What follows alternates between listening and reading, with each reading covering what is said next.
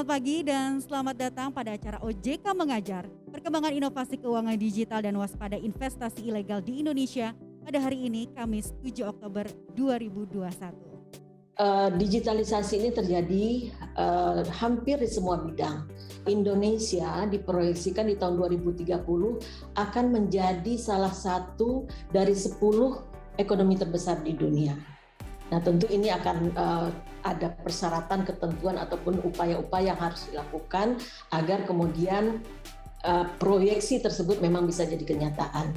Kita kaitkan lagi dengan jenis atau bisnis yang ada di Indonesia, yaitu adanya 50 juta UMKM. UMKM ini menyerap tenaga kerja Indonesia sekitar 97%. Peran fintech ini sangat bisa digunakan untuk membangun ekonomi Indonesia.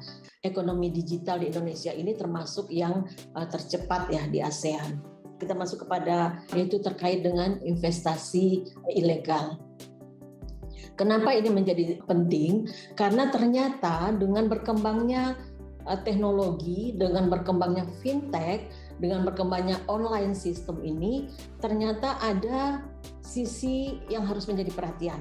Ada risiko, ada berkembang juga online ilegal. Kerugian dari investasi ilegal ini cukup besar ya, selama 10 tahun terakhir dari 2011 sampai 2021 total kerugian itu 117,4 triliun. Untuk mengatasi atau untuk mencegah kerugian masyarakat, maka dibentuk yang namanya Satgas Waspada Investasi. Terakhir tips kepada masyarakat untuk Bapak Ibu semua dan juga mungkin bisa disebarkan kepada lingkungannya, kepada masyarakat di sekitarnya. Yang pertama, kalau akan meminjam ya pada pinjaman online yang terdaftar di OJK.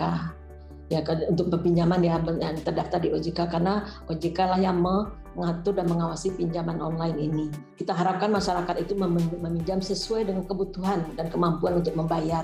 Kemudian pinjaman kalau bisa dilakukan untuk kepentingan yang produktif. Pahami juga manfaatnya apa, biayanya berapa, bunganya berapa, jangka waktu atau denda, ada risiko-risiko lain yang perlu diperhatikan. Keragaman jenis fintech yang hadir di Indonesia menunjukkan betapa menarik dan dinamisnya pasar dan inovasi jasa keuangan Indonesia. Tentu saja indikasi yang baik yang perlu terus didorong. Adapun manfaat yang dirasakan dari pesatnya perkembangan inovasi keuangan digital, yaitu tersedianya ragam layanan keuangan yang bisa menyelesaikan kebutuhan masyarakat. Berbagai kalangan yang sebelumnya tidak bankable, ini bisa ikut mengakses layanan keuangan dengan hadirnya berbagai alternatif yang disediakan oleh fintech. Peran OJK menjadi sangat krusial dalam aspek ini. Masyarakat tentunya tidak sebaiknya menghabiskan banyak waktu guna memastikan legalitas suatu produk investasi.